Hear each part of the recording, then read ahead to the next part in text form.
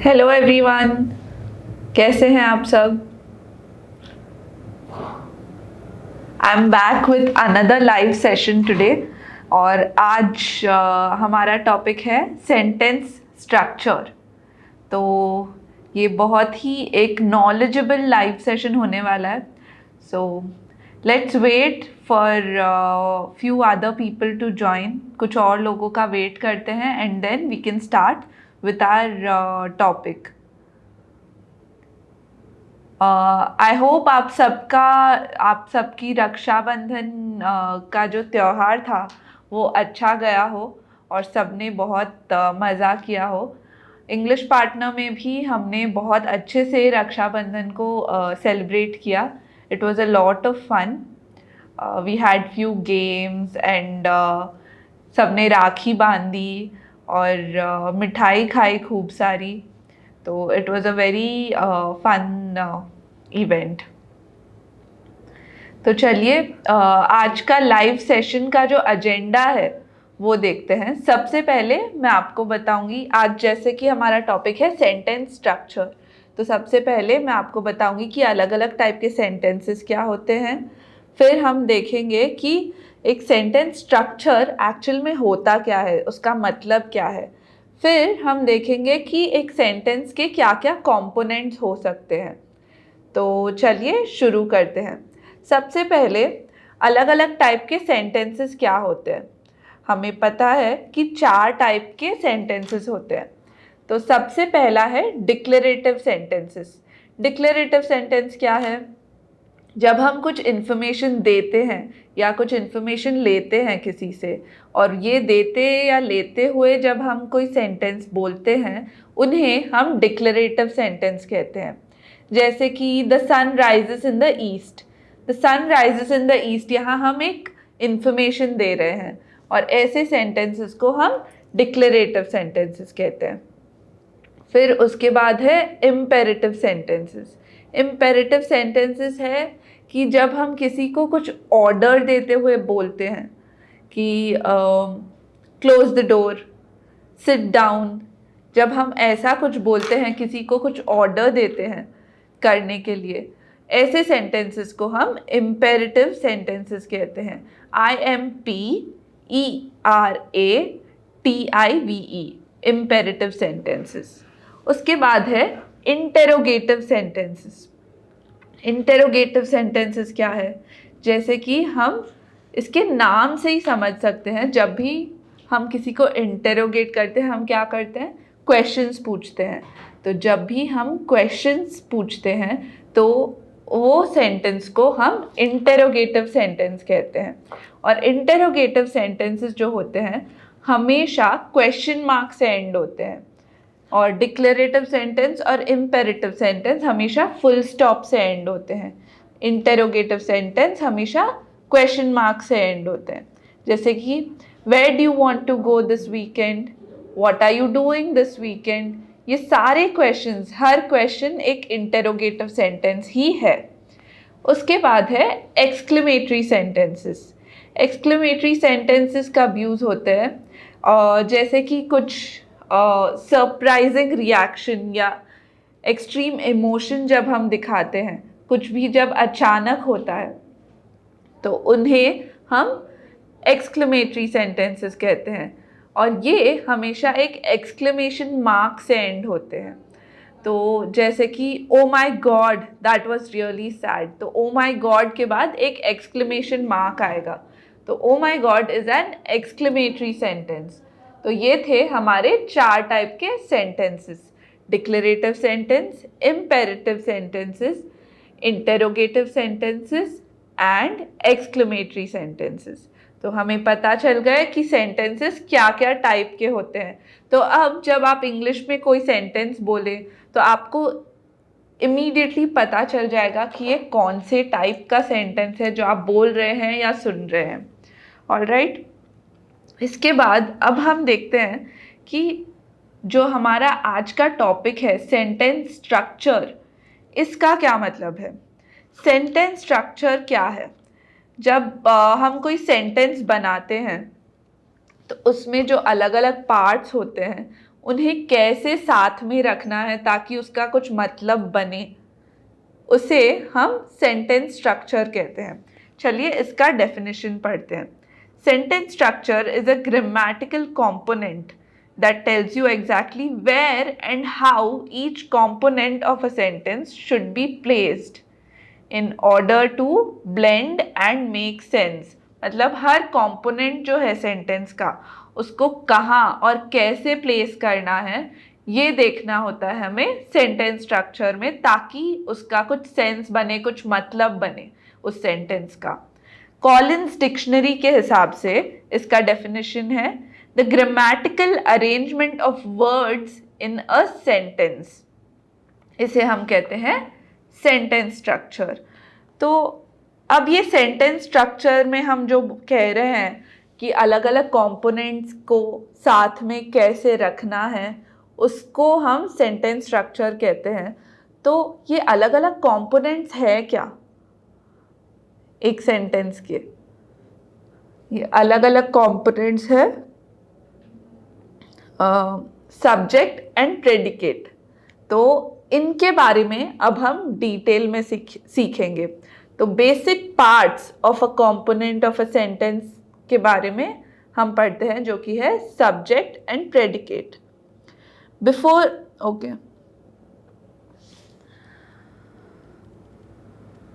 तो subject and predicate, other words में हम क्या कह सकते हैं, सब्जेक्ट और प्रेडिकेट में हमेशा क्या होता है, वर्ब। तो अदर वर्ड्स में हम ये भी कह सकते हैं कि सब्जेक्ट एंड अ वर्ब। तो सब्जेक्ट क्या है? सब्जेक्ट जनरली एक नाउन होता है या एक प्रोनाउन होता है जो एक्शन परफॉर्म करता है, हु डज द एक्शन। तो ये नाउन या प्रोनाउन जो है वो हमेशा सब्जेक्ट होता है।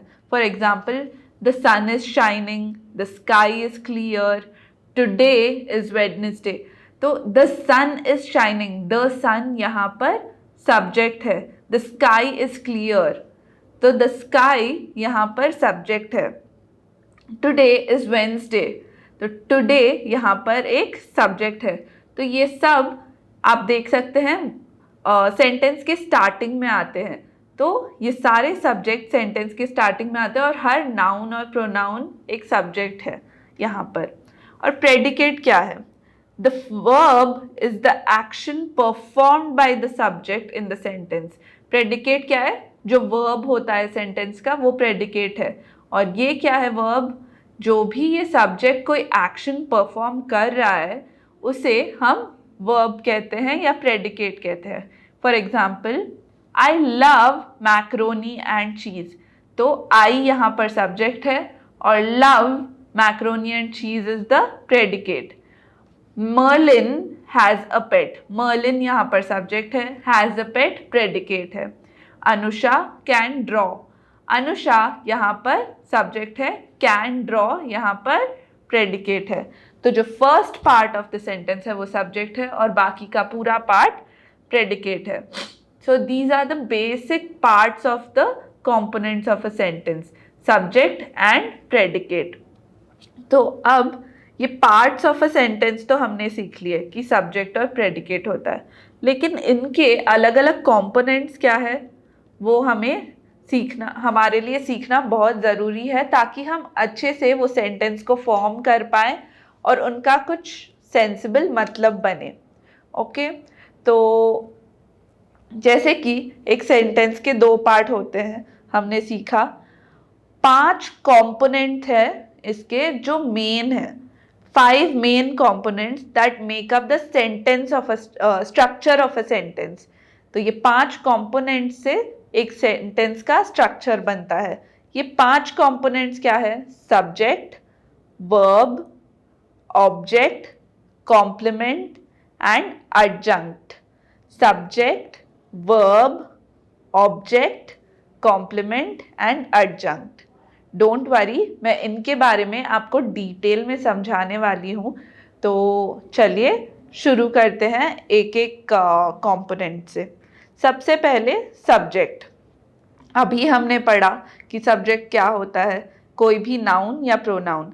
अ noun that performs the action in a sentence is considered as the subject. मतलब जो एक्शन परफॉर्म कर रहा है that is the subject. It answers the question of who. जो भी हु का आंसर देता है वो सेंटेंस का सब्जेक्ट है। तो कोई भी जब हु का क्वेश्चन का आंसर दे रहे हैं तो जो आंसर है वही सब्जेक्ट है सेंटेंस का। A subject takes the first place in most cases, especially in declarative sentences or assertive sentences. जो डिक्लेरेटिव या इम्पेरेटिव सेंटेंसेस होते हैं इनमें हमेशा सब्जेक्ट स्टार्टिंग में ही आता है। तो चलिए सब्जेक्ट के एग्जाम्पल्स देखते हैं। The child kept crying. Who kept crying, जब हम हु पूछ रहे हैं तो इसका आंसर क्या है? The child kept crying. So the child is the subject here. Our school team won the match. Who won the match? Our school team. So our school team is the subject here. My son is in the 8th grade. Who is in the 8th grade? My son is in the 8th grade. So my son is the subject here. Hard work pays. What? Who pays? Hard work pays. So hard work is the subject. No one came to the wedding. Who did not come to the wedding? No one came to the wedding. तो no one यहाँ पर subject है। तो इस तरह से हम identify कर सकते हैं कि सेंटेंस का सब्जेक्ट क्या है और उसे कैसे प्लेस किया जा सकता है। अगला कंपोनेंट है वर्ब। तो वर्ब जैसे कि हमने देखा कि जो एक्शन परफॉर्म किया जा रहा है उसे हम वर्ब कहते हैं। In every sentence the most important word can be said to be the verb. A verb shows action और एक्टिविटी और work done by the subject. Action, activity और work done by the subject is called verb. Remember that all verbs including main verbs, helping verbs, stative verbs and action verbs come under this category. हर type के verb इस category के under आते हैं जो कि है main verbs, helping verbs, stative verbs and action verbs. Most often verbs appear immediately after the subject. Subject के इमीडिएटली बाद में वर्ब आता है जनरली सेंटेंसेस में. तो चलिए इसके एग्जाम्पल्स देखते हैं. Nina is writing a letter. तो यहाँ पर वर्ब है is writing. what is Nina doing? Nina is writing a letter. It was too dark. Was यहाँ पर verb है. It was too dark. I feel tired. तो feel यहाँ पर verb है. My phone is not working. तो my phone यहाँ पर subject है. Is not working is the verb. Tarun's dog ran away. तो ran यहाँ पर verb है. जो भी एक्शन या एक्टिविटी परफॉर्म किया जा रहा है उसे हम वर्ब कहते हैं. ऑलराइट, फिर बढ़ते हैं आगे ऑब्जेक्ट की तरफ. ऑब्जेक्ट ऑफ अ सेंटेंस क्या है? An object is a noun और pronoun that receives the action done by the subject. अब सब्जेक्ट एक एक्शन परफॉर्म कर रहा है तो उसका असर किस पे होगा? कौन रिसीव करेगा उस एक्शन को? ऑब्जेक्ट रिसीव करेगा. जब सब्जेक्ट के एक्शन का असर जिस पर होता है उसे हम ऑब्जेक्ट कहते हैं. The one noun or pronoun who receives the action performed by the subject is called an object. Objects are of two types, direct object and indirect object. Let's learn about both of them. Direct object क्या है? A noun or pronoun that receives the action directly is called the direct object in the sentence. It answers the question of what. जब what का question आता है और उसे हम answer करते हैं तो उसका आंसर जो हम दे रहे हैं that is the object. Direct objects mostly appear immediately after the verb and are primary objects in the sentence. जो मेन ऑब्जेक्ट है, प्राइमरी ऑब्जेक्ट है, वो जनरली सब्जेक्ट आता है, वर्ब आता है और ऑब्जेक्ट आता है। तो वर्ब के इमीडिएटली बाद में जो वर्ड आता है वो है ऑब्जेक्ट, और ये जनरली प्राइमरी या मेन ऑब्जेक्ट्स होते हैं सेंटेंस के। चलिए एग्जाम्पल देखते हैं। Harry bought a new car. तो हैरी यहाँ पर सब्जेक्ट है, बॉट यहाँ पर वर्ब है, कार यहाँ पर ऑब्जेक्ट है। My mom made a cake. तो केक यहाँ पर ऑब्जेक्ट है। I met my friend. My friend यहाँ पर ऑब्जेक्ट है। She knows all the songs. What songs does she know? What does she know? She knows all the songs. तो all the songs यहाँ पर object है। We watched a movie. What did you watch? We watched a movie. तो a movie is the object here. ये सारे थे direct objects. अब indirect object क्या है, चलिए देखते हैं। Indirect object is a noun और pronoun that is a secondary object. जो मेन ऑब्जेक्ट था वो डायरेक्ट ऑब्जेक्ट था। अब जो सेकेंडरी ऑब्जेक्ट है वो नाउन और pronoun is called indirect object. It can be identified by asking the question whom। जब whom का क्वेश्चन आता है और जब हम आंसर देते हैं तो वो आंसर इनडायरेक्ट ऑब्जेक्ट है। ओके जब भी कोई सेंटेंस में इनडायरेक्ट ऑब्जेक्ट होता है तो वो कैसे प्लेस किया जाता है? सब्जेक्ट, वर्ब, डायरेक्ट ऑब्जेक्ट और उसके बाद इनडायरेक्ट ऑब्जेक्ट। तो subject, verb, direct object and indirect object. चलिए एग्जाम्पल देखते हैं। वंदना गेव कीर्तना अ केक। तो वंदना गेव कीर्तना अ केक। कीर्तना यहाँ पर इनडायरेक्ट ऑब्जेक्ट है। My mom bought me a new dress. Me यहाँ पर क्या है? Object. I gave him a chocolate. Him यहाँ पर इनडायरेक्ट ऑब्जेक्ट है। They gave us coffee with breakfast. Us यहाँ पर ऑब्जेक्ट है। He lent his friend a pen. His friend यहाँ पर क्या है? Indirect object. तो जैसे हमने सीखा whom का आंसर हम दे रहे हैं। whom did he lend a pen? He lent his friend a pen. Okay चलिए अगले कंपोनेंट की तरफ बढ़ते हैं। अब तक हमने क्या क्या सीखा? सब्जेक्ट, वर्ब, ऑब्जेक्ट, और ऑब्जेक्ट के अंडर है direct object and indirect object. Alright अब देखते हैं कि कॉम्प्लीमेंट क्या है। कॉम्प्लीमेंट क्या है? The words required to complete the meaning of a sentence can be referred to as the complement of a sentence। कोई भी जब सेंटेंस होता है उसे कंप्लीट करने के लिए जो वर्ड्स यूज़ होते हैं, एक कंप्लीट सेंटेंस बनाने के लिए जो वर्ड्स यूज़ होते हैं उन्हें हम कहते हैं complements of a sentence. A complement can be an adjective, a name, a position or a profession. Okay, adjective, name, position or a profession. For example, it grew dark. तो dark यहाँ पर एक कॉम्प्लीमेंट है। He is a dentist. तो dentist यहाँ पर complement है। That's her dog Bruno. Bruno यहाँ पर कॉम्प्लीमेंट है। Complements are further divided into two types. तो चलिए ये two types क्या है? Subject complement and object complement.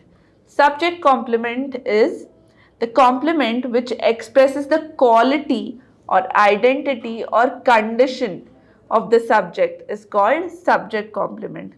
Quality, identity or condition of the subject. When this is expressed, it is called subject complement. For example, she is a doctor.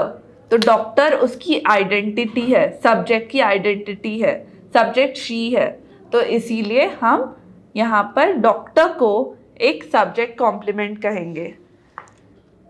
Nandu is clever. Clever, कौन clever है? नंदू। तो नंदू को define करने के लिए हम use कर रहे हैं क्लेवर, इसलिए क्लेवर एक सब्जेक्ट कॉम्प्लीमेंट है। The students are very excited, हम स्टूडेंट्स को डिफाइन कर रहे हैं, उनकी कंडीशन को डिस्क्राइब कर रहे हैं। स्टूडेंट्स आर वेरी एक्साइटेड, तो excited is the subject complement. My brother is a teacher, teacher is a profession and the identity of the brother, इसीलिए the teacher is a subject complement. वैसे ही object complement क्या है? The complement which expresses the quality, identity और condition of an object is called object complement.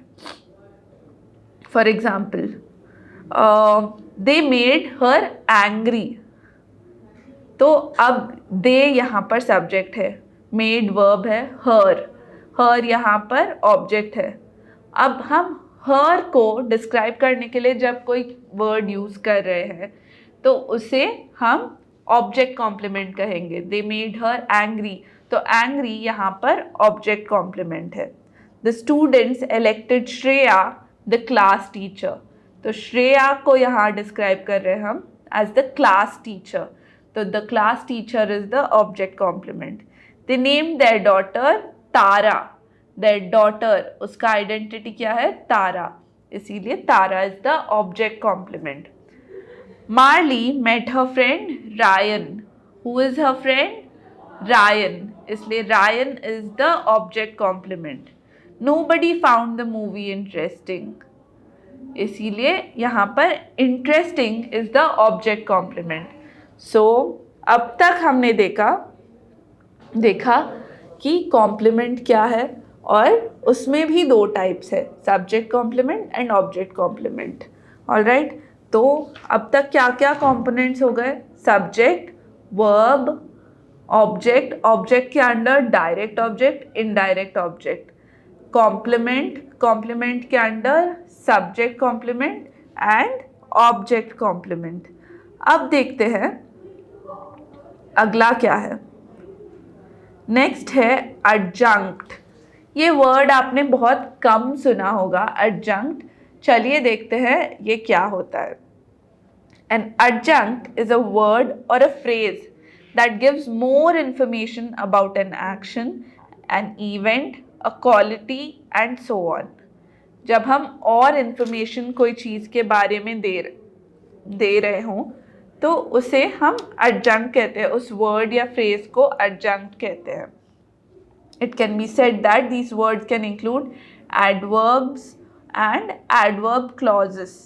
Adjuncts can be identified by asking the question when, where, why, how often and to what extent.